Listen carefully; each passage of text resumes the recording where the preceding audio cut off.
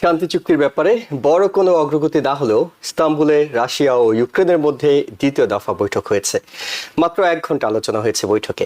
নতুন করে যুদ্ধবন্দী বিনিময় এবং প্রায় 12,000 নিহত সেনার মরদেহ হস্তান্তরের বিষয়ে রাজি হয়েছে দুই পক্ষ।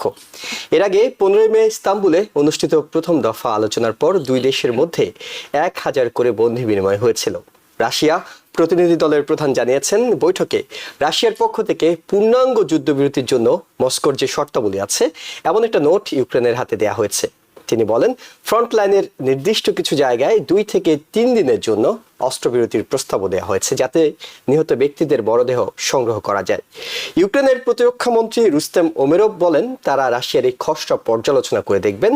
তিনি বলেন, জুনের শেষ নাগাদ আরও আলোচনার প্রস্তাব দিয়েছে ইউক্রেন। তবে তারা মনে করেন কেবল জেলেনস্কি ও পুতিনের সরাসরি বৈঠকেই অনেক বিষয়ের সমাধান হতে পারে। মস্কো বলেছে, তারা যুদ্ধে স্বল্প মেয়াদী বিরতি নয়, দীর্ঘমেয়াদী সমাধান চায়। অন্যদিকে কিয়েভ অভিযোগ করছে, পুতিন শান্তি প্রতিষ্ঠায় আগ্রহী নন। দেশের ভিতরের খবর, কলোরাডোতে গাজা আটক ইসরায়েলি জিম্মিদের মুক্তির দাবিতে একদল বিক্ষোভকারীর উপর পেট্রোল বোমা নিক্ষেপের ঘটনায় 6 জন আহত হয়েছেন। সন্দেহভাজন হামলাকারী হিসেবে পুলিশ মোহাম্মদ সুলেমান নামে 45 বছর বয়সী এক ব্যক্তিকে গ্রেপ্তার করেছে। এটিকে সন্ত্রাসী হামলা হিসেবে দেখে তদন্ত শুরুর কথা জানিয়েছে এফবিআই। এদিকে গণহারে ফেডারেল কর্মী ছাঁটাইয়ের অনুমতি দিতে সুপ্রিম কোর্টের প্রতি আহ্বান জানিয়েছে ট্রাম্প প্রশাসন। সোমবার গণহারে কর্মী ছাঁটাইয়ের পাশাপাশি সরকারি সংস্থাগুলো পুনর্গঠন আটকে দিতে আদালতের দেয়া একটি রায় স্থগিত করতে সর্বোচ্চ আদালতে এই অনুরোধ জানালো ট্রাম্প প্রশাসন। এতে বলা হয়, সংবিধান অনুযায়ী ফেডারেল সংস্থাগুলোর কর্মীদের নিয়ন্ত্রণের বিষয়ে প্রেসিডেন্টের নির্বাহী আদেশের ক্ষমতা প্রয়োগের জন্য কংগ্রেসের অনুমতির প্রয়োজন নেই। এছাড়া সম্প্রতি নেট সিলভার প্রকাশিত একটি জরিপের ফলাফল বলছে, একমাত্র ইমিগ্রেশন ইস্যুতেই প্রেসিডেন্ট ডোনাল্ড ট্রাম্পের অ্যাপ্রুভাল রেট এগিয়ে আছে। এছাড়া ইকোনমি, ট্রেড এবং ইনফ্লেশনে তার অ্যাপ্রুভাল রেট নেগেটিভ হয়ে পড়েছে। পুরো জরিপটিতে ট্রাম্পের অ্যাপ্রুভাল রেট 5.4% কম বলে জানা গেছে। তার বিভিন্ন কাজের অ্যাপ্রুভাল রেট মাত্র 45.9%, ডিসঅ্যাপ্রুভাল রেট 51.3%। অর্থাৎ জনপ্রিয়তা কমছে প্রেসিডেন্টের। বাংলাদেশ ইস্যু, নানা আলোচনা সমালোচনায় দিনে দিনে অনেকের কাছে কমে আসছে অন্তর্বর্তীকালীন সরকারের গ্রহণযোগ্যতা। তবে বর্তমানে যে ইস্যুটি সবচেয়ে বেশি আলোচিত সেটি হলো, নির্বাচন হবে কোন মাসে, ডিসেম্বর নাকি আগামী জুন মাসে। সোমবার জাতীয় ঐক্যমত্য কমিশনের বৈঠকে যোগ দিয়েছিল বিএনপি, জামায়াত ইসলামী, এনসিপি সহ 30টি রাজনৈতিক দল। এর মধ্যে বিএনপি সহ বেশ কয়েকটি রাজনৈতিক দল ডিসেম্বরের মধ্যে নির্বাচন না দেওয়ার কোনো কারণ খুঁজে পাচ্ছেন না বলে স্পষ্ট জানিয়ে দিয়েছে। নিজেদের অবস্থান পাল্টে জামায়াত বলছে, ডিসেম্বর থেকে এপ্রিল মাসের মধ্যে নির্বাচন হতে পারে। মে জুন মাস নির্বাচনের জন্য উপযুক্ত নয়।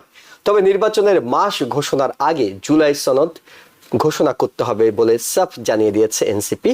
তারপরও নির্বাচনের পরে, অর্থাৎ জুলাই সনদ ঘোষণার পরে নির্বাচনের রোডম্যাপ ঘোষণা করতে তারা বলছে। এইসব বিষয় নিয়ে আলোচনা করব টিভিএন 24 নিউজ নেটওয়ার্কের নিয়মিত আয়োজন আওয়ার ডেমোক্রেসি অনুষ্ঠানে। আপনাদের সাথে আছি আমি ইহসান জুয়েল, এবং আমাদের সাথে বিশেষজ্ঞ অতিথি হিসেবে যুক্ত হচ্ছেন বর্ষিয়ান সাংবাদিক ও রাজনৈতিক বিশ্লেষক সৈয়দ মাহমুদুল্লাহ, এবং স্টুডিওতে আছেন ঢাকা বিশ্ববিদ্যালয় গণযোগাযোগ ও সাংবাদিকতা বিভাগের প্রফেসর ডক্টর শামীম রাজা। আপনাদের দুজনকে স্বাগত জানাচ্ছি। সৈয়দ মাহমুদুল্লাহ, আপনার কাছে শুরুতে যে বিষয়টি জানতে চাই সেটি হলো, এই ইউক্রেন যুদ্ধ বন্ধের বিষয়ে ইউক্রেন এবং রাশিয়ার দ্বিতীয় দফা আলোচনা করলো। এর আগের দফা আলোচনা যতটা আশা নিয়ে শুরু হয়েছিল সে তুলনায় কিছুই পাওয়া যায়নি। এবার যুদ্ধবন্দী বিনিময়ের বিষয়টি এসেছে, কিন্তু শান্তি আলোচনার বিষয়ে খুব একটা অগ্রগতি নেই। খসড়া প্রস্তাব রাশিয়া উত্থাপন করেছে, এখন পর্যন্ত সেখানে কি আছে এটি নিয়ে নির্দিষ্ট করে জানা যায়নি। তবে ইউক্রেন বলছে তারা এটি পর্যালোচনা করবে। কিন্তু সবাই যে বিষয়টি গুরুত্ব দিচ্ছেন সেটি হলো, যতক্ষণ পুতিন এবং জেলেনস্কির মধ্যে সরাসরি আলোচনা না হচ্ছে, অর্থাৎ এই প্রতিমন্ত্রী কিংবা অন্য লেভেলে নিরাপত্তা কর্মকর্তা লেভেলে যে আলোচনাগুলো, সেগুলো আসলে সময়ক্ষেপণ ছাড়া অন্য কোনো কিছু নয়। এবং ইউক্রেন যুদ্ধ বন্ধের বিষয়টি দিনে দিনে আরো বেশি লম্বা হচ্ছে। অর্থাৎ একদিকে রণাঙ্গনে রক্ত ঝরছে, অন্যদিকে আলোচনার বৈঠকে তেমন কোনো ফল আসছে না। আপনাকে ধন্যবাদ। ইতিমধ্যে আরো অসাধারণ কিছু ঘটনা ঘটেছে। এটা হলো, রোববার এই যুদ্ধের এই পর্যন্ত সবচেয়ে ভয়ঙ্কর হামলা করেছে রাশিয়া কিয়েভে, রাজধানী এবং ইউক্রেনের বিভিন্ন অঞ্চলে। কিন্তু তার একদিন বা একদিন আগে সম্ভবত ইউক্রেনের পক্ষ থেকে রাশার ভিতরে আক্রমণ করা হয়েছে। কমপক্ষে 5টি অঞ্চলের অনেকগুলো সামরিক ঘাঁটিতে, অনেকগুলো বিমান ঘাঁটিতে, এবং তারা আক্রমণ করে সেখানে ওদের সবচেয়ে দক্ষ, সবচেয়ে অগ্রসর যুদ্ধ বিমান বেশ কিছু ধ্বংস করে দিয়েছে, অনেকগুলো ক্ষতিগ্রস্ত করেছে বলে দাবি করছে। এবং ওই যুদ্ধ বিমানগুলো এমন সব যুদ্ধ বিমান তারা ক্ষতিগ্রস্ত করেছে যেগুলো সর্বাধুনিক মারণাস্ত্র নিয়ে আক্রমণ করতে সক্ষম, এবং এর আগে কিছু কিছু ইউক্রেনে ব্যবহারও করা হয়েছে। ফলে এটার কিছু অংশ পশ্চিমা সংবাদ মাধ্যম নিউ ইয়র্ক টাইমস এরা বলেছে, এর কিছু কিছু সত্যতা তারা নিজেরা অনুসন্ধান করে ফুটেজ যাচাই করে দেখেন যে এটা সত্য, এবং রাশার পক্ষ থেকে কিছু কিছু আক্রমণের সত্যতা স্বীকার করা হয়েছে। তাদের কিছু কিছু বিমান যে জ্বলে গেছে সেটাও তারা বলেছে, কিন্তু যত ক্ষতি তাদের করেছে বলে ইউক্রেন দাবি করছে সেটা তারা বলছে যে অত ক্ষতি হয়নি। যাই হোক, কিন্তু ক্ষতি যে হয়েছে এটা বোঝা যায়, এবং প্রায় 1.5 বছর ধরে ইউক্রেন এটা প্ল্যান করছিল ওদের দেশের ভিতরে গিয়ে ওই কতগুলো এলাকায় যে যে বিমান ঘাঁটিগুলো তারা আক্রমণ করছে তার কাছাকাছি গিয়ে তারা তাদের ড্রোন গুলোকে লুকিয়ে রেখেছিল। তার মানে হচ্ছে রাশিয়ান মিলিটারি এবং ইন্টেলিজেন্সের কিছু কিছু লোক তাদেরকে সহায়তা করছে নিঃসন্দেহে, তা না হলে এত বড় সফল অপারেশন তারা করতে পারতো না। তো এইটাতে নাড়া দিয়েছে যে ইউক্রেনের ধ্বংসলীলতারা অব্যাহত রাখছে, ইউক্রেন কিছুই করতে পারছে না, এরকম যে একটা ধারণা সেটা চলে গেছে। 2 নম্বর হচ্ছে যুক্তরাষ্ট্র বাইডেন প্রশাসন চলে যাওয়ার পর থেকে ইউক্রেনকে আর কোনো অস্ত্রশস্ত্র দিচ্ছে না, কিন্তু পাশ্চাত্য দেশগুলো বিশেষ করে জার্মানি, ফ্রান্স, ব্রিটেন এরা চালিয়ে যাবে, অত্যাধুনিক অস্ত্র দেবে, এই ধরনের ঘোষণা দিয়েছে। ফলে তারা হয়তো টেকনোলজিক্যাল হেল্প করে চলেছে এদেরকে, আকাশ থেকে কি কি তথ্য তারা পাচ্ছে, অন্যান্য স্পাই এজেন্সির মাধ্যমে তারা কি তথ্য পাচ্ছে, পাচ্ছে, এই সমস্ত ইউক্রেনকে নিশ্চয়ই সরবরাহ করছে। ফলে ইউক্রেন যতটা একেবারে অসহায় বলে রাশিয়া মনে করছিল সেটা হয়তো অতটা না। কিন্তু তার মানে এই না যে রাশিয়ার বিরুদ্ধে তারা যুদ্ধে জয়লাভ করবে, কিন্তু রাশিয়ার ক্ষতি করতে পারে। আপনি যেটা বললেন যে এখানে ইস্তাম্বুলে এটা 2য় দফা আলোচনা, এইটাই সবচেয়ে প্রত্যক্ষ আলোচনা। আগের দফায় 1000 বন্দি বিনিময় করা হয়েছিল, 2 পক্ষের, এক পক্ষ আরেক পক্ষের যুদ্ধবন্দী 1000 করে ছেড়েছিল। এইবারে যেটা হচ্ছে 2 পক্ষই, এক পক্ষের 6000, অপর পক্ষ 6000, এরকম করে নিহত সৈন্যদের লাশ হস্তান্তর করবে, এটি একটি। আরেকটা যেটা হয়েছে সেটা হচ্ছে 25 বছরের কম বয়স্ক যে অথবা আহত যে সমস্ত সৈন্য এক দেশের অন্য দেশে বন্দী আছে সেগুলোকে তারা মুক্তি দেবে, এটা এগ্রিমেন্ট হয়েছে। আর ইউক্রেন চেয়েছিল কমপক্ষে 30 দিনের জন্য শর্তবিহীন পূর্ণাঙ্গ একেবারে সার্বিক অস্ত্রবিরতি, যুদ্ধবিরতি। সেটা রাশিয়া রাজি হয়নি, তারা 2-3 দিনের কথা বলেছে। তো তারা পরস্পর প্রস্তাব বিনিময় করেছে, ঊর্ধ্বতন কর্তৃপক্ষ সেগুলো আলোচনা করবে। ইতিমধ্যে আরেকটা ঘটনা, সেটা হচ্ছে যে প্রশ্ন আপনি সম্ভবত আপনার ব্রিফে উল্লেখ করেছেন, সেটা হলো কি তারা চেয়েছে, রাশিয়া কি বলতে চেয়েছে। রাশিয়া প্রথম থেকেই যেটা বলছে, যুদ্ধ শুরু করার আগে থেকে যেটা বলছে, সেই প্রস্তাব তো আছেই, সেটা হচ্ছে ন্যাটোতে তারা জয়েন করতে পারবে না, তারা নিজেদের রাশিয়ার একটা সীমা রেখা দিয়েছে, এর বেশি সৈন্য তারা রাখতে পারবে না, এর বেশি অস্ত্র তারা রাখতে পারবে না, ওগুলা তারা দ্বিরুক্তি করবে, পুনরুক্তি করবে, সেটা এটা বলছে। সেই অংশটা অস্ত্র কত করবে না পারবে, কত সৈন্য সামন্ত কত তারা রাখতে পারবে না পারবে, এটা সম্ভবত আলোচনায় সমাধানের সুযোগ আছে। কিন্তু ন্যাটোতে যেতে পারবে না কোনো অবস্থাতে ইউক্রেন, একটা। দ্বিতীয় হচ্ছে আপনার যে অংশগুলো তারা দখল করে নিয়েছে ইতিমধ্যে, রাশিয়া বেশ কিছু অঞ্চল, প্রায় 20% তারা দখল করছে, এবং আরো কিছু পার্সেন্টের উপর তাদের ক্লেম আছে, দাবি আছে, এবং সেগুলোকে তারা যুদ্ধ শুরু হওয়ার কয়েক মাসের মধ্যে রাশিয়ার অঙ্গীভূত অংশ বলে ঘোষণা করে তাদের দেশে নিয়ে নিয়েছিল বলেছে। পুরোপুরি দখল না করলে এটা, এই অংশগুলো তারা ছাড়বে না। এবং আপনার মনে আছে কয়েক মাস আগে প্রেসিডেন্ট ট্রাম্প বলেছিলেন তারা তো পুরো দেশ দখল করছে না, কিছু কিছু অংশ এই ধরনের কথা একটা এটা বড় বলেছেন। ছাড় তো হিসেবে ফলে- উল্লেখ করেছিলেন তিনি, রাশিয়ার পক্ষ থেকে বড় ছাড় দেয়া হচ্ছে ইউক্রেনকে যে পুরো দেশে দখল হ্যাঁ, করে ফেলেনি। দখল করছে না, এই যে কথা, এর ভিতরে ইঙ্গিত আছে যে ভেতরে ভেতরে যুক্তরাষ্ট্রের সাথে তার কয়েকদিন আগে 1 ঘন্টা করে আলোচনা হয়েছে, অনেকক্ষণ আলোচনা হয়েছে।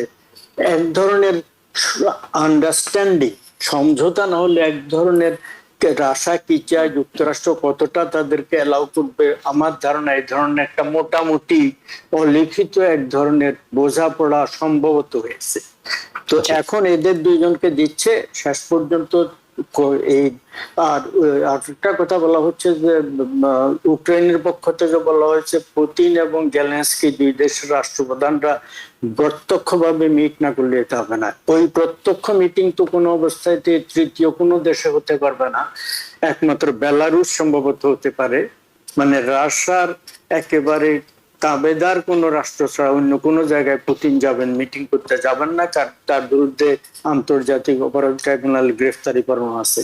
তিনি ইস্তাম্বুলে তো আসার প্রশ্নই আসে না কোন ন্যাটো দেশে। তিনি এমনকি ইউক্রেনেও যাবেন না, তিনি তার দেশে। তো জেলেনস্কি ও দেশে গিয়ে আলোচনা করবেন সেটাও আমার মনে হচ্ছে না। ফলে বেলারুসে হতে পারে, এইটা সম্ভব। যাই হোক, অর্থাৎ তো অর্থাৎ ইস্তাম্বুল অনেক সময় হতে পারে, কারণ ইস্তাম্বুলের সঙ্গে তো কিংবা তুর্কির সঙ্গে আমরা জানি যে রাশিয়ার একটা ভালো সম্পর্ক আছে। এর আগেও তো এই ধরনের বিষয়গুলো, ব্ল্যাক সির চুক্তির সময় তো ইস্তাম্বুলই মধ্যস্থতা করেছে। সেটা সত্য কথা, কিন্তু কথা হচ্ছে যে এখন যেহেতু তার বিরুদ্ধে গ্রেফতারি পরোয়ানা আছে, আরদোয়ান, আপনার তুরস্কের প্রেসিডেন্ট, তুর্কির প্রেসিডেন্ট এই রিস্ক নেবেন না যে তাদের নির্দেশ তিনি অমান্য করবেন, ওদের গ্রেফতারি পরোয়ানা, তিনি ওই ঝামেলা যাবেন না। আর আচ্ছা, ইনিও ন্যাটোভুক্ত একটা দেশে আননেসারি এটাতে আসবেন আমার মনে হচ্ছে না। হতেও পারে যে পৃথিবীতে অসম্ভব বলে কিছু নেই, সম্ভাবনা কম, তুরস্ক হবে না। যাই হোক, যেখানে হোক, আলোচনা একটা দুই দেশের মধ্যে, দুই রাষ্ট্রপ্রধানের মধ্যে হলেও তারা নিজেদের শর্তে গোঁ ধরে থাকবেন। ফলে শেষ পর্যন্ত ট্রাম্প এবং পুতিন মিলে সেখানে জেলেনস্কি রেখে এই জন মিলে যদি কোথাও মিট করেন, এবং ট্রাম্প যদি ব্যক্তিগতভাবে গ্যারান্টি দিয়ে, মানে পুতিনের নিরাপত্তার গ্যারান্টি দিয়ে যে কোনো জায়গায় মিটিং করতে বলেন, সেইটা ঠিক আছে, সেটাতে পুতিন যাবেন বলে আমার ধারণা। তো যাই হোক, যেখানে মিটিং শেষ পর্যন্ত কথা হচ্ছে মোটামুটি ভাবে, মোটা দাগে পুতিনের শর্ত মেনে নিয়েই যুদ্ধবিরতি বা এই শান্তি চুক্তি হবে, এর বাইরে আর কিছু হবে বলে এখন কখনো আমার মনে হয়নি। এখন সর্বশেষ যে সমস্ত আলামত, তাতে মনে হচ্ছে ওইভাবেই হতে হবে। জি। 3 বছরের যুদ্ধ, প্রফেসর ডক্টর শামির রাজা, সেটি তো আসলে রাতারাতি দুটো বৈঠকে একদম সমাধান হয়ে যাবে এটি হয়তো অনেকেই আশা করছেন না। ইস্তাম্বুলে দুটো বৈঠক হয়েছে, হয়তো চূড়ান্ত পর্যায়ের বৈঠকে ট্রাম্প, পুতিন, জেলেনস্কি তিনজনকে দেখা যেতে পারে। কিন্তু আমরা এরপর দেখেছি যে প্রেসিডেন্ট ডোনাল্ড ট্রাম্প এবং পুতিনের ফোন আলাপের পরে প্রেসিডেন্ট ডোনাল্ড ট্রাম্প কিন্তু রিয়াকশন জানিয়েছেন। তিনি তাকে ক্রেজি বলেছেন, তিনি আগুন নিয়ে খেলছেন, পুতিন সেসব কথাও বলেছেন। অর্থাৎ আমেরিকা অস্থির হচ্ছে, কারণ প্রেসিডেন্ট ডোনাল্ড ট্রাম্প মনে করেছিলেন 24 ঘন্টার মধ্যে তিনি ক্ষমতায় আসার পর ইউক্রেন যুদ্ধ বন্ধ করে দেবেন। আজকে 24 ঘন্টার জায়গায় এটি আসলে 24 মাস লেগে যায় কিনা সেটি নিয়ে একটা শঙ্কা আছে। আপনার কাছে কি মনে হয় যে এই তিনজনের বৈঠক ছাড়া আসলে, অর্থাৎ জেলেনস্কি, পুতিন এবং ট্রাম্পের বৈঠক ছাড়া এই যুদ্ধবিরতি কিংবা এই শান্তি আলোচনা, যুদ্ধ বন্ধের ঘোষণা সেটি কি আসবে? না, তার আগে আমাদের সহালোচক যে প্রেক্ষাপট বলেছেন সেটা খুব জরুরি, যে এখানে যারা আছে তাদের প্রত্যেকের স্বার্থ বোঝা। আপনি যেটা বললেন, প্রেসিডেন্ট ট্রাম্প এই ধরনের রেটরিক্স অনেক দিয়েছেন যে আমি 24 ঘন্টার মধ্যে সবকিছু বন্ধ করে দেবো। তাহলে তো মধ্যপ্রাচ্য থেকে শুরু করে ইউক্রেন বা পৃথিবীর আরো আছে এই ধরনের সাংঘর্ষিক জায়গা, এটা হয় না। এটা তিনি তার একটা পলিটিক্যাল রেটরিক দিয়ে বলবার চেষ্টা করেছেন। আর দ্বিতীয় বিষয় হলো যে মার্কিন যুক্তরাষ্ট্রের স্বার্থটা কি সেটাও দেখতে হবে। আগের প্রশাসনও সেখানে বিপুল বিনিয়োগ করেছে। আমি বিনিয়োগে এই অর্থে বলবো যে অস্ত্র সাহায্য, অন্যান্য ক্ষেত্রে প্রত্যক্ষ পরোক্ষ ভাবে, এবং সেই বিনিয়োগ কিভাবে উঠিয়ে আনা যায় বা সেই খরচ, সেটার জন্য অন্তত একটা প্রস্তুতি হিসেবে আমরা খনিজ চুক্তির বিষয়টা সামনে নিয়ে আসছি। তার মানে আমরা শান্তি চুক্তির কথা যখনই বলছি তখন আগে দেখতে হবে প্রধান পক্ষগুলোর এখানে আগ্রহ কি। ডোনাল্ড ট্রাম্প নেটোর সাথে কতটা যুক্ত হবেন সেটাও কিন্তু একটা গুরুত্বপূর্ণ বিষয়। এবং এই বৈঠকের আগে আপনার নিশ্চয় খেয়াল আছে যে ব্রিটিশ প্রধানমন্ত্রী সহ আরো কয়েকজন ইউরোপিয়ান নেতা তারা গিয়ে সহমর্মিতা প্রকাশ করলেন এবং বললেন যে কেউ সহযোগিতা না দিলেও তারা সহযোগিতা চালিয়ে যাবেন এবং প্রয়োজনে আরো কঠোর বিধিনিষেধের আরোপ করবেন। তারা ক্রেডিট নেওয়ার চেষ্টা করলেন এটা বলে যে এটার কারণেই তারা বৈঠকে বসতে রাজি হয়েছেন। তার মানে নেটোভুক্ত দেশগুলো বা ইউরোপিয়ান শক্তিগুলোর আরেক ধরনের আগ্রহ সেখানে কাজ করছে। এবং আপনি যদি রাশিয়ার ক্ষেত্রে আসেন, যেটা উনিও চমৎকার ভাবে বললেন, সেও তো একটা বিরাট শক্তি এবং এটা আমরা যেভাবে দেখি যে কোনো একটা লেন্স দিয়ে দেখলে আপনি আসলে এটা কোন কিনারা করতে পারবেন না। সে ইতিমধ্যে 20% জায়গা তার দখলে রেখেছে।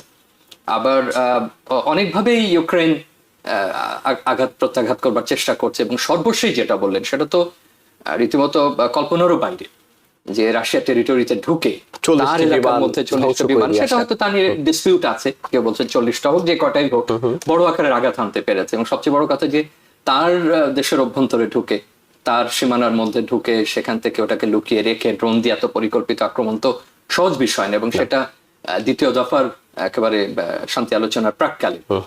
তো এরকম ঘটনা হয়তো আরো ঘটবে। তো যে কথা উনি বলছিলেন যেখানে ল্যান্ড কনসেশনের একটা বিষয় রয়েছে, সেটা কিন্তু অনেক আগে, আপনাদের খেয়াল আছে কিনা যে হেনরি কিসিঞ্জার বেঁচে থাকতে প্রসঙ্গটা তুলেছিলেন একবার, যে সম্ভবত এটার একটা দীর্ঘমেয়াদী সমাধান হতে পারে, যে যদি রাশিয়ার এই যে অংশগুলো তারা দখল করে নিয়েছে সেটার ব্যাপারে এক ধরনের ছাড় ইউক্রেন দেয়। উনি যখন বলেছিলেন তখন এটা অসম্ভব ইউক্রেনের পক্ষে এই ধরনের যে একটা সীমান্তকে দখলে রেখেছে ছাড় দেবে এবং আলোচনায় আসা। তার মানে এটার সারাংশ এরকম হতে পারে যে মার্কিন আগ্রহটা লক্ষ্য করতে হবে, যে মার্কিন যুক্তরাষ্ট্র কতদূর পর্যন্ত ইউক্রেনে আগ্রহ দেখাচ্ছে অস্ত্র সহায়তার ক্ষেত্রে, অর্থ সহায়তার ক্ষেত্রে, বা আপনি জানেন যে মিলিটারি অ্যাসিস্ট্যান্সের অনেকগুলো স্তর আছে, অস্ত্র দেওয়ারও অনেকগুলো পর্যায়ে আছে, অনেকগুলো ভাবে সেটা দেওয়া হয়। এবং এই যে চুক্তিগুলো ইউক্রেনের সঙ্গে হচ্ছে সেটার সঙ্গে মার্কিন যুক্তরাষ্ট্রের কি কি ভবিষ্যৎ যুক্ত, দুই রাশিয়া কতদূর পর্যন্ত আরো এগোতে চায়, এবং যে কথা উনি বললেন যে এই 20% ক্রাইমিয়ার পেনিনসুলা সহ আরো যে সমস্ত জায়গাগুলো আছে সেটা মেনে নিয়ে আন্তর্জাতিক সম্প্রদায়কে শান্তি চুক্তিটা কতটা এগোবে, ইউক্রেন আরো কতটা ট্যাকটিক্যাল অপারেশন চালাবে বা পশ্চিমারা তাকে কতখানি সহায়তা দেখছে, সেটাও রাশিয়া আরো সম্ভবত কিছুটা দেখতে চাইবে, যে অবজার্ভ করবে। এবং ইউরোপিয়ান ইউনিয়ন বা নেটোভুক্ত দেশগুলো তাদেরও একটা এনগেজমেন্টের একটা বড় ব্যাপার আছে, যে তারা মার্কিন যুক্তরাষ্ট্রের সহায়তা ছাড়া নিজেরা কতটুকু আপনি অর্থ তহবিল সংগ্রহ করা বা আপনি সামরিক সহায়তা দেওয়ার ক্ষেত্রে তারা অগ্রসর হতে পারবে। অতএব এই 3 পক্ষ 4 পক্ষের যে স্বার্থ সেগুলো আসলে কোথায় গিয়ে মিলিত হবে। এবং যেটা সরাসরি নেতাদের বৈঠকের কথা বলছেন সেটা আমার মনে হয় না যে এত দ্রুত বা এত সহজে ঘটবে। এটা কিছুটা ইগোরও ব্যাপার আছে, যে আপনি ইউক্রেনের জেলেনস্কি যাতে দীর্ঘদিন পর্যন্ত পশ্চিমারা সহায়তা দিয়ে রাখছেন, আমরা কিছুটা হয়তো পরিকল্পনা করতে পারি যে তার দেশে যে শক্তি ছিল সেটা দিনের এতদিন রাশিয়ার সঙ্গে টিকে থাকা হয়তো খুব কঠিন হয়ে পড়তো যদি না পশ্চিমা সহায়তা বা সরবরাহ তারা পেতেন। তো সেটা একেবারে এত সহজেই ক্রেমলিন রাজি হবে যে তার সঙ্গে মুখোমুখি বৈঠকে, সেটা বোধহয় খুব খুব সহজ হবে না। তবে যেটা হয় যে এই বৈঠকগুলো বড় জিনিস হলো দুই পক্ষের বিপুল ক্ষতি হচ্ছে। রাশিয়ার যে ক্ষতি হচ্ছে সেটা কিন্তু কোন অংশে কম না। এই যুদ্ধে কে জিতবে বা জিতবে আমরা ধরে নিই যে ইউক্রেনের জেতার সম্ভাবনা নেই, বা ওই অর্থে রাশিয়াও হয়তো পূর্ণাঙ্গ দখল করে জিততে চাইবে না, কিন্তু সেটা শেয়ারটাই চাইবে এবং তার স্বীকৃতি চাইবে। তো সেক্ষেত্রেও একটা বড় অপেক্ষার একটা ব্যাপার আছে, যে সেগুলো নিশ্চিত না হলে একদম ক্রেমলিন জেলেনস্কির সাথে বসে দেবে এবং সেখানে ট্রাম্পকে উপস্থিত হবেন এরকম না। কিন্তু বৈঠকগুলো তো অবশ্যই একটা ভালো আউটকাম হচ্ছে, এই যে বিনিময়গুলো হচ্ছে বা বন্দিগুলো হচ্ছে বা ভবিষ্যতে আরো কিছু ব্যাপারে হয়তো তারা করবেন, সেটা একটা অগ্রগতি। এবং এটা দুই ভাবে হয়, আপনি জানেন যে যুদ্ধও চলে, আলোচনাও চলে। এতে এমন না যে যুদ্ধ বন্ধ করে কিছুটা বিরতি দিয়ে আপনি আলোচনা করছেন, যুদ্ধের মাঝেই আলোচনা হচ্ছে, আলোচনাও থাকবে। এই কনফ্লিক্টিং পক্ষগুলো এবং স্বার্থ গোষ্ঠীগুলোর স্বার্থের উপর নির্ভর করবে যে আসলে কি প্রক্রিয়ায় বা কি উপায়ে সমাধান হতে পারে। ঠিক, আমরা সৈয়দ মাহমুদুল্লাহ আপনার কাছে একটু দেশের প্রসঙ্গে ফিরতে চাই। সেটা হলো যে কলোরাডোতে যে ঘটনা ঘটলো, আপনি দেখেছেন যে গাজায় জিম্মি ইসরায়েলিদের মুক্তির দাবিতে যে বিক্ষোভটা হচ্ছিল সেখানে পেট্রোল বোমা ছুড়ে মারা হয়েছে এবং মোহাম্মদ সোলাইমান বলা হচ্ছে। এর সপ্তাহখানেক আগেই আমরা ওয়াশিংটন ডিসিতে যেটি দেখলাম যে 2 ইসরায়েলি দূতাবাসের কর্মকর্তাকে গুলি করে খুন করা, এবং তারপর পরে এই ধরনের একটি ঘটনা অ্যান্টিসেমিজমের কথাটা বারবার ঘুরে ফিরে আসছে। এবং সবকিছু মিলে এটা কতটা চাপ তৈরি করবে আসলে, কারণ দুটো ঘটনা থেকেই ফ্রি প্যালেস্তাইনের স্লোগান দেয়া হয়েছিল, এটি দেশের ভিতরে প্রভাবটা আসলে কি পড়তে পারে? এটা অত্যন্ত দুঃখজনক, নিন্দনীয়। যে কোনো নিরীহ লোকের উপর আক্রমণ করা, হত্যাকাণ্ড চালানো, এটা নিঃসন্দেহ। এবং এটার আরেকটা খারাপ দিক হচ্ছে যে ইসলামোফোবিয়া যে সারা পশ্চিমা বিশ্বে হয়েছে, এই দুই একটা লোকের এই সমস্ত অপকর্মের ফলে সেটা আরো তীব্রতা করবে। তাদের কারো ক্ষোভ থাকতেই পারে, কিন্তু ক্ষোভ থাকলে এই ধরনের থ্যাংক গড যে এর আগে যে দুটো ঘটনা ঘটেছে তার মধ্যে আপনি একটা উল্লেখ করলেন, সেটা অমুসলিমরা ওটা করেছে। যাই হোক, এইটা বলে আমি এটাকে নিন্দনীয় মনে করি। আর অ্যান্টিসেমিটিজমের কথা বলছেন, এটা বারবার আমাকে বলতে হয়, বলতে স্মরণ করিয়ে দিতে হয় দর্শক শ্রোতাদের, যে সেমিট আরবরাও সেমিটিক জাতি, অ্যারাবিক ল্যাঙ্গুয়েজ সেমিটিক ল্যাঙ্গুয়েজ। তো কিন্তু এটাকে এখন আত্মস্থ করে নিয়েছে, এটা সেমিটিক বলে একমাত্র জুইশ বা হিব্রু এদেরকেই বলা হয়।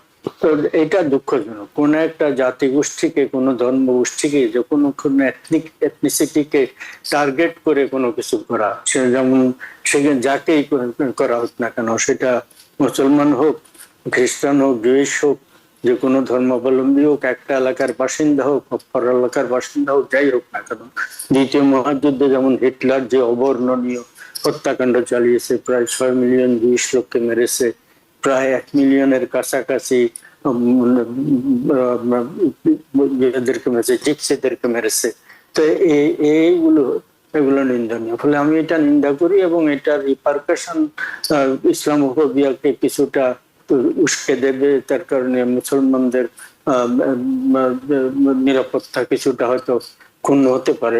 সেই কারণে আমাদের যারা আপনার দর্শক, তাদের মধ্যে যারা মুসলিম, তাদেরকে এটা সতর্ক হওয়া উচিত। তাদের কথাবার্তায়, আচরণে, তাদের ব্যক্তিগত কোনো ব্যাপারে ক্ষোভ থাকলেও সেটা প্রকাশের ব্যাপারে, বলার ব্যাপারে সংযত থাকা উচিত। এবং কোনো একটা রাষ্ট্রের নীতির কারণে বা কারো একটা নীতির কারণে কোনো জনগোষ্ঠীকে, এথনিসিটিকে নিন্দা করা, তাদের সবাই সম্পর্কে বিরূপ মনোভাব প্রকাশ করা, এগুলো কোনো অবস্থাতে উচিত না। এগুলো থেকে সবাই যেন আমরা বিরত থাকতে হবে। সৈয়দ মোহাম্মদুল্লাহ, আমরা একটা ছোট্ট বিরতিতে আছি। বিরতি থেকে ফিরে দর্শক আবার এইসব বিষয়ে আলোচনা করব, আমাদের সঙ্গে থাকুন।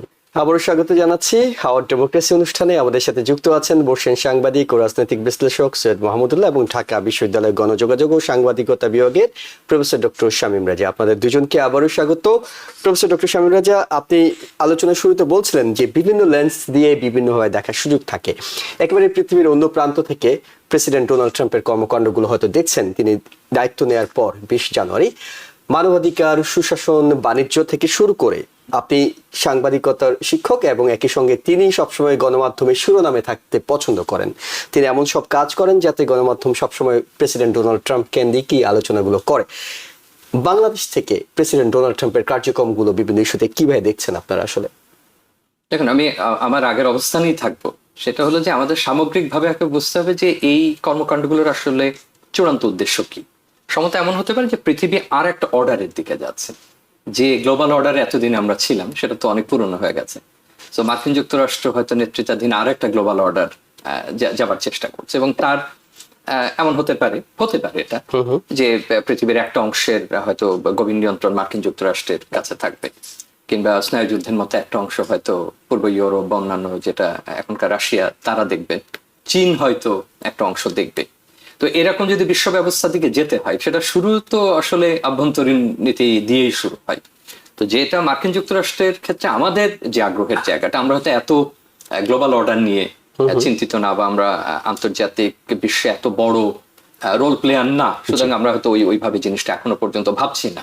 যদিও আমাদের এখনো ইন্দো প্যাসিফিক স্ট্র্যাটেজিক বিষয় রয়েছে বা ভূরাজনৈতিক অনেকগুলো বিষয় রয়েছে যেখানে সরাসরি বঙ্গোপসাগর, আমেরিকা এবং মার্কিন যুক্তরাষ্ট্র, ভারত, বাংলাদেশ, জাপান সব মিলে হয়তো অন্যরকম, আবার দিকে চীন, সেটা আরেকটা ফ্যাক্টর। কিন্তু আপনি যে কথাটা বলছিলেন যে আমাদের প্রধান আগ্রহের জায়গাগুলোকে একটা অভিবাসন, এখন অভিবাসন সংক্রান্ত নীতি তো শুধু বাংলাদেশকে নির্দিষ্ট করে প্রশাসন দিচ্ছে না, সেটা যেভাবে দক্ষিণ আমেরিকার দেশগুলো থেকে তাদের উপর যেমন প্রভাব পড়ছে, অন্যান্য দেশের উপর একই রকম প্রভাব পড়ছে। আমার যতটুকু জানা বা পর্যবেক্ষণ, আপনি সাংবাদিক হিসেবে নিশ্চয়ই খেয়াল করেছেন যে আমাদের অভিবাসনের ক্ষেত্রে এখনো ওরকম নেতিবাচক তেমন কোনো প্রভাব লক্ষ্য করা যায় না। যেটা হচ্ছে যে প্রক্রিয়াটা স্লোত হচ্ছে, স্বাভাবিক আগে যে গতিতে হচ্ছিল সেই গতিতে এখন হচ্ছে না, হয়তো সাক্ষাৎকার পেতে প্রক্রিয়াজাত করতে, এটা একটা। আরেকটা হলো শিক্ষার্থীদের আশা। বাংলাদেশে নিঃসন্দেহে শিক্ষার্থীদের আশা অনেক গুণ বেড়েছে। আপনাকে একটা সাধারণ তথ্য দিই, স্বাধীনতার পর প্রথম 2-3 বছরে একটা তথ্য পাওয়া যায় 300 জনের মতো। সেটা সম্ভবত গত বছর বা তার আগে এটা 10,000-এর উপরে বিশ্বের অষ্টম দেশ, অষ্টম দেশ, এবং এই বছর যদি এটা স্বাভাবিক প্রক্রিয়া চলতে হতো আরো বেশি হতো। এখন শিক্ষার্থী সংক্রান্ত যে বিধিনিষেধ গুলো দিচ্ছে, যে নতুন করে সাক্ষাৎকার না দেওয়া কিংবা তারিখ না দেওয়া, সেটা শুধু বাংলাদেশের ক্ষেত্রে না। আবার একই সঙ্গে মনে রাখতে হবে যে ঠিক টাকা দিয়ে পড়তে আসা বা ওইভাবে অর্থ দিয়ে এখানে মার্কিন যুক্তরাষ্ট্রের অর্থনীতিতে অবদান রাখা, সেক্ষেত্রে আমরা কিন্তু শীর্ষস্থানীয় দেশ না, যতটা চীন বা পৃথিবীর অন্যান্য দেশগুলো। ভারত আছে, এটা যেমন সত্য, একই সঙ্গে আমাদের ওইভাবে উচ্চশিক্ষার নীতিমালাটা কিন্তু স্পষ্ট না, যেটা চীনের ক্ষেত্রে আছে, যেটা কি সংখ্যক যাবে, তারা কি পরিমাণ অর্থ সেখানে বিনিয়োগ করবে, তার কি রিটার্ন আসবে, এবং এই গ্রাজুয়েটরা কিভাবে চীনে পরবর্তীতে কর্মযুক্ত হবেন, কতটুকু মার্কিন যুক্তরাষ্ট্রে থাকবেন, আমাদের ওই ধরনের কোন হিসেব নিকাশ নাই। এখন সেক্ষেত্রে আমরা কতখানি আসলে এদের এডুকেশন ইকোনমিতে কন্ট্রিবিউট করি, সেটা আমাদের ওই ধরনের হিসেব নিকাশ পাওয়াটা কঠিন। আমরা খুব ব্যক্তি পর্যায়ে থেকে এটা দেখার চেষ্টা করি যে আমাদের শিক্ষার্থীরা যাবেন, তারা উচ্চশিক্ষা গ্রহণ করবেন, কিছু ফিরবেন, কিছু মার্কিন যুক্তরাষ্ট্রে তারা আত্মীকরণ হবে। তো এটার আলাদাভাবে যে আমাদের কোনো প্রভাব পড়ছে বা বাংলাদেশকে টার্গেট করেই ট্রাম্প প্রশাসন কিছু করছে, এরকম না, বরং যতটুকু দেখা যায় তারা ঘোষণাগুলো দিচ্ছেন বাংলাদেশের দূতাবাস কোনটা করা উচিত না করা উচিত। অর্থনীতির ক্ষেত্রে আপনি যদি বলেন ট্যারিফের, তো সেটা সবার ক্ষেত্রে যা হচ্ছে, বাংলাদেশের ক্ষেত্রে অনেকটা তাই হচ্ছে। বরং একটা ভালো দিক হয়েছে যে প্রথম দিকে ট্যারিফের যেটা মার্কিন যুক্তরাষ্ট্র বলেছিল যে আমরা অনেক শতাংশ ট্যারিফ মার্কিন যুক্তরাষ্ট্রের উপর আরোপ করি, পরে এটার অ্যাকচুয়াল ক্যালকুলেশনে দেখা গেছে যে না, সেটা আমরা করি না। সেটা বাংলাদেশ সরকার বোঝাতে সক্ষম হয়েছে, ব্যবসায়ীরা বোঝাতে সক্ষম হয়েছে যে আসলে যে সংখ্যাটা বলা 19% বলেছিল। আর একটা কথা মনে রাখতে হবে যে ট্যারিফের আমরা যে মোট হিসাবটা দেখি, এটা কিন্তু এতটা গ্রস না, অনেক লেয়ার আছে। আপনি জানেন যে অনেকগুলো স্তরে ভাগ আছে, যে অতএব আপনাকে কেস বাই কেস দেখতে হবে যে কোন পণ্যের উপরে, কোন খাতের উপরে কিভাবে হচ্ছে, এবং আমাদের ক্ষেত্রে তার কতটা প্রভাব পড়ে। যেটা চূড়ান্ত বিচারে দাঁড়াবে আমাদেরকে আরো প্রতিযোগিতামূলক হতে হবে, কারণ এমনিতে আপনি এলডিসির উত্তোলন হয়ে গেলে আপনি অনেক সুবিধাই হারাবেন। তবে মার্কিন যুক্তরাষ্ট্রের সঙ্গে নির্ভর করবে এই প্রশাসনের সঙ্গে বাংলাদেশ সরকার বা ভবিষ্যতে যারা নেতৃত্বে আসবেন তারা কিভাবে সম্পর্কটা গড়ে তুলবেন। এবং এই সম্পর্কের মাত্রার উপর আমরা এখনো খেয়াল করছি যে অনেক দেশই শুরু দিকে আপনার মনে আছে কানাডার সাথে এক ধরনের সমঝোতা হচ্ছে, মেক্সিকোর সাথে হয়েছে, এমনকি খোদ চীনের সঙ্গেও এক ধরনের সমঝোতা হয়েছে। তো সুতরাং আমাদের সাথে তো মার্কিন যুক্তরাষ্ট্রের একটা সুসম্পর্ক বিরাজ করে, আমাদের সাথে কোনো এখন পর্যন্ত ওই ধরনের কোনো খারাপ সম্পর্ক নেই। অতএব বাণিজ্যের বড় আকারের প্রভাব এখন পর্যন্ত আমরা দেখিনি। যদি তার মানে এই না যে ঝুঁকি নাই, আমাদের যদি এটা আরো হয়, যদি সেটা যেটা মার্কিন প্রশাসন চিন্তা করছেন, এবং সম্ভবত ওইভাবে তারা থাকবেন না, নিঃসন্দেহের অনেক এখন বোঝা যাচ্ছে অনেক পরিমার্জন হবে।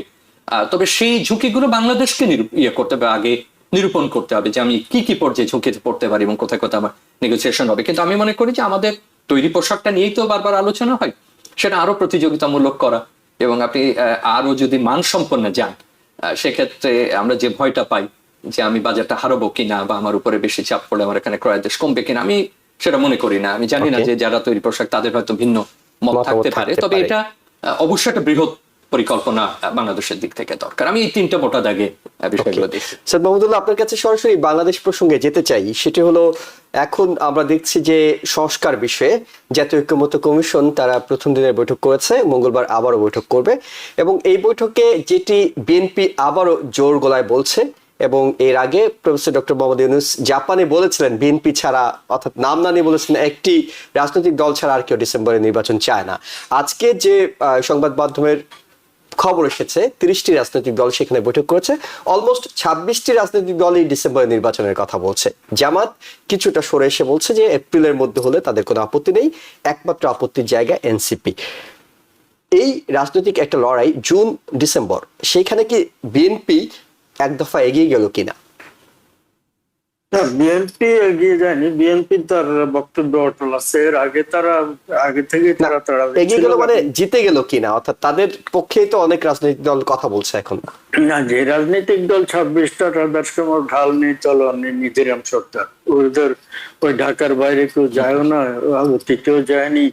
আপনার এই সমস্ত নেতারা আছেন, ফ্রি অ্যান্ড ফেয়ার ইলেকশনের কথা সবাই বলেন, আমরাও চাই, যে দেশে যারা আছেন সবাই চান সেই ফ্রি অ্যান্ড ফেয়ার ইলেকশন হলে এই সমস্ত যেখানে 26টা দল গেছেন তার ভিতরে 20টা দলের একজন নির্বাচিত হন কেনা, এটাই সন্দেহ আছে। চিফ নিজেই নির্বাচিত হন কেন, যাই হোক তারা গেছেন, জনমতের প্রতিনিধিত্ব করেন। আরো ব্রড আর জনমতের প্রতিনিধিত্বকারী যেমন যে প্রফেসর সাহেব আছেন, আমাদের একাডেমিয়ার লোকদের, আমাদের মিডিয়ার লোকদের, তাদেরকে এই সময় ঐকমত্য কমিশনার বৈঠকে ডাকার দরকার ছিল। রাজনৈতিক দল কিসের ভিত্তিতে রাজনৈতিক দল নির্ধারণ করা? নিবন্ধিত রাজনৈতিক দল না কোনো সংসদে তাদের সদস্য ছিল কিনা, কোনবার কোন নির্বাচনে তারা প্রার্থী হয়েছিল কিনা। ধরা যাক শেখ হাসিনার আমলে নির্বাচন গুলো খারাপ হয়েছে, শেখ হাসিনার যে নির্বাচনের প্রথম ক্ষমতা এসছেন সেটা এবং তার আগের যতগুলো নির্বাচনে এটাতে যদি এদের কোন কেউ দাঁড়িয়ে থাকে তাদের কত পার্সেন্ট, 1% বা 0.5% ভোট পেয়েছেন কিনা, এগুলো একটা হিসাব করা। যাই হোক এটা অন্য কথা। তো এইখানে ওই যে নাগরিক পার্টি যেটা এই যারা হাসিনা বিরোধী আন্দোলন করে সফল হয়েছেন, তারা যে দল করেছেন প্রাক্তন ছাত্র এরা, হ্যাঁ এনসিপি, জাতীয় গণতান্ত্রিক পার্টি, তাই না, জাতীয় নাগরিক পার্টি, নাগরিক পার্টি। এই নাগরিক পার্টির পক্ষ থেকে যেটা আপনি বললেন স্পষ্টভাবে বলে দিয়েছে, এত দাবির পরও তারা স্পষ্টভাবে বলছে যে প্রথমে ওই যে তারা জুলাইতে বিপ্লব করেছে সেই বিপ্লবের একটা ঘোষণা আসবে, সেটাতে তাদের দাবি ঘোষণানামা, তাদের জুলাই সনদ, সেই সনদের পরে তার ভিত্তিতে কিছু ন্যূনতম সংস্কার করতে হবে, সেই সংস্কারের পরে নির্বাচনের কথা আসবে। ফলে তারা বলছে না যে নির্বাচন হওয়া উচিত না, তারা বলছে নির্বাচন আমরাও চাই, কিন্তু ওইটা আসবে। এবং সেটার ভিতরে আবার তারা এর আগে থেকে বলেছে এখনো পর্যন্ত তারা তাদের মূল বক্তব্য থেকে ছেড়েছে, এটা তারা বলছে না। সেটা একটা হচ্ছে নির্বাচন হবে, প্রথমে নতুন একটা সংবিধান বানাতে হবে, নতুন সংবিধান বানানোর জন্য একটা গণপরিষদ কনস্টিটিউয়েন্ট অ্যাসেম্বলি তৈরি করতে হবে। প্রথমে নির্বাচন যেটা হবে কনস্টিটিউয়েন্ট অ্যাসেম্বলি, আগে তারা বলছিল কনস্টিটিউয়েন্ট অ্যাসেম্বলি, সেই নির্বাচনের পরে ওই যখন স্থানীয় সরকার নির্বাচনের কথা বলছিল তারা, নতুন সংবিধান তৈরি হবে, সংবিধানের ভিত্তিতে আরেকটা নির্বাচন। এখন তারা সেটাকে একটু সংশোধন করছে, করে বলছে যে নির্বাচন হবে, নির্বাচনের প্রথম সেটা সংবিধান পরিষদ হিসাবে, কনস্টিটিউয়েন্ট অ্যাসেম্বলি হিসাবে দায়িত্ব পালন করে সংবিধান প্রণয়ন করবে। সংবিধান প্রণয়ন করার পরে একটা নির্দিষ্ট সময়ের ভিতরে মানে নির্বাচন দেবে, তার পরবর্তীতে সেটা পার্লামেন্ট রেগুলার সংসদ হয়ে যাবে। তবে মেয়াদ 5 বছর নয়, সেটা হয়তো সংবিধান প্রণয়নের পরে 3 বছর বা 2 বছর থাকবে, এই ধরনের একটা কথা। ফলে তারা যতদূর সম্ভব এখনো পর্যন্ত তারা নানাভাবে নির্বাচন বিলম্বিত করার কথা বলছে। প্রধান উপদেষ্টার প্রেস সচিব, প্রধান যিনি শফিক, উনি পরশু বলেছেন কোন অবস্থাতে আগামী বছর জুন মাসের পরে নির্বাচন যাবে না। মোটামুটি এই ধরনের কথা জাপানে ইউনূস সাহেব বলে এসছেন। ফলে তারা বারবার জুনের কথা বলছেন। জুনে বাংলাদেশে নির্বাচন হওয়াটা প্রায় অসম্ভব, মানে হলে লোক ভোট দিতে যেতে পারেন, প্রচন্ড গরম, খরা, এর ভিতরে আবার কখন 100 ডিগ্রিরও উপরে যেতে পারে ভোটের দিন। 2 নম্বর ঝড় বৃষ্টি তুফান এগুলো অনেক কিছু হতে পারে সেই সময়। ফলে এটা করে জুনের কথা বলে সেদিকে নিয়ে গেলে সেটা আরো কয়েক মাস বিলম্বিত হতে পারে। মানে কনস্টিটিউয়েন্ট অ্যাসেম্বলি হোক না হোক ওইদিকে ঝিমিয়ে তাতালা একটা হওয়ার সম্ভাবনা আছে এখনো পর্যন্ত। তারপরে কোন একটা ক্ষমতায় যারা থাকে তাদের পক্ষে উল্টোশি যে এটা সেটা ঘটিয়ে দেওয়ার চেষ্টা করা যায়, অনেক সময় করে থাকে বিভিন্ন সময়।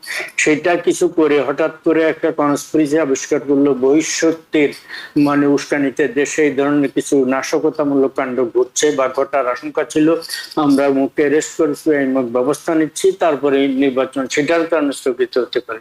ফলে অনেক কিছু তারা করার চেষ্টা করছে। বিএনপি এটা আশঙ্কা করছে এবং সেই জন্য তারা প্রেসার দিচ্ছে যত তাড়াতাড়ি সম্ভব ডিসেম্বরের মধ্যে নির্বাচন করা। তারেক জিয়া সর্বশেষ বলেছেন এমনকি ডিসেম্বরের আগেও হতে পারে। আর জামাত আবার মোটামুটি ভাবে বিএনপি কে চটাতে চায় না, কিন্তু বিএনপি তার সাথে বিএনপির জামাত মোহ অনেকটা কেটে গেছে নানান কারণে, রাজনৈতিক ক্যালকুলেশন।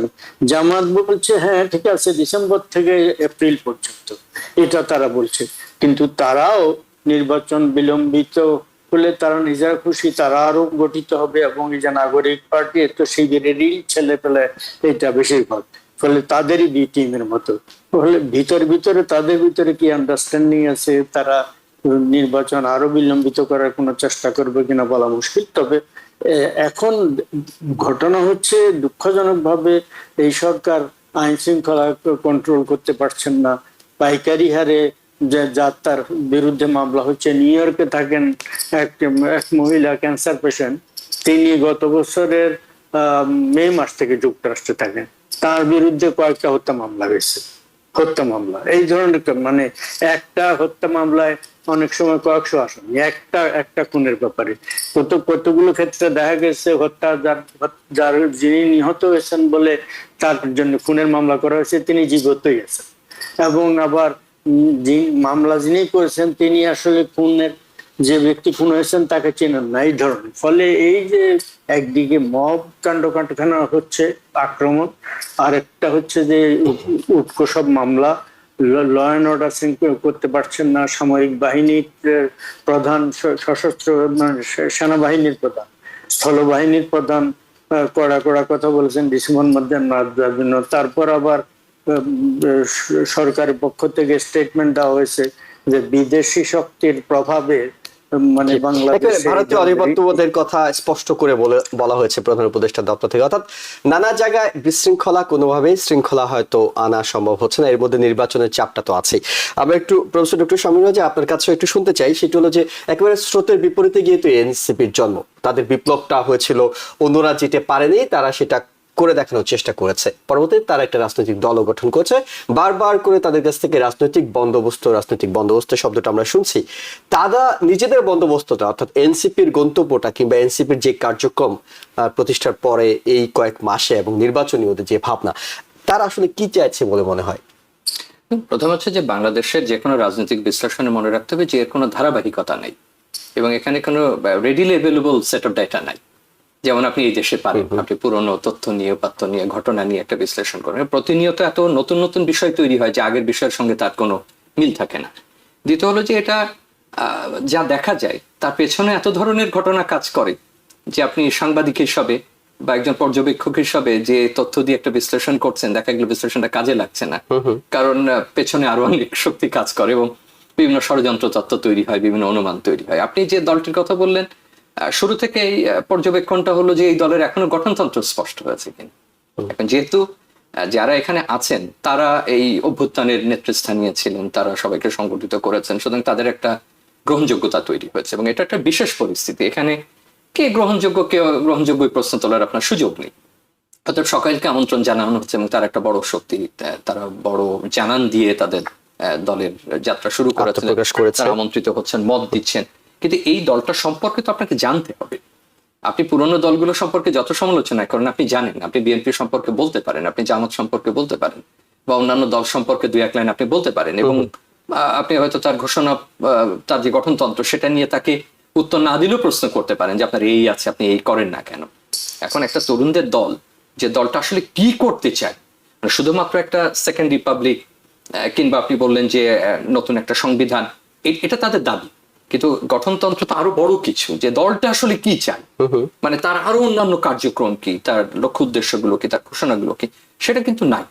ফলে তার প্রতিনিয়ত যে চাওয়াটা, সেই চাওয়াটা যে কোনো চাইতেই পারে, সেটা একটা, যদি আমি তাকে একটা মোর্চা হিসেবে আপাতত ধরি, তাও সে চাইতে পারে, আপনিও চাইতে পারেন, আমিও চাইতে পারি। কিন্তু এই কারণে তার চাওয়াটা এবং তার আসলে লক্ষ্য উদ্দেশ্য কি, এর মধ্যে আমরা মিল যে একটা স্থাপন করব বা অমিল খুঁজে পাবো, সেটা কিন্তু সুযোগ আমাদের নেই।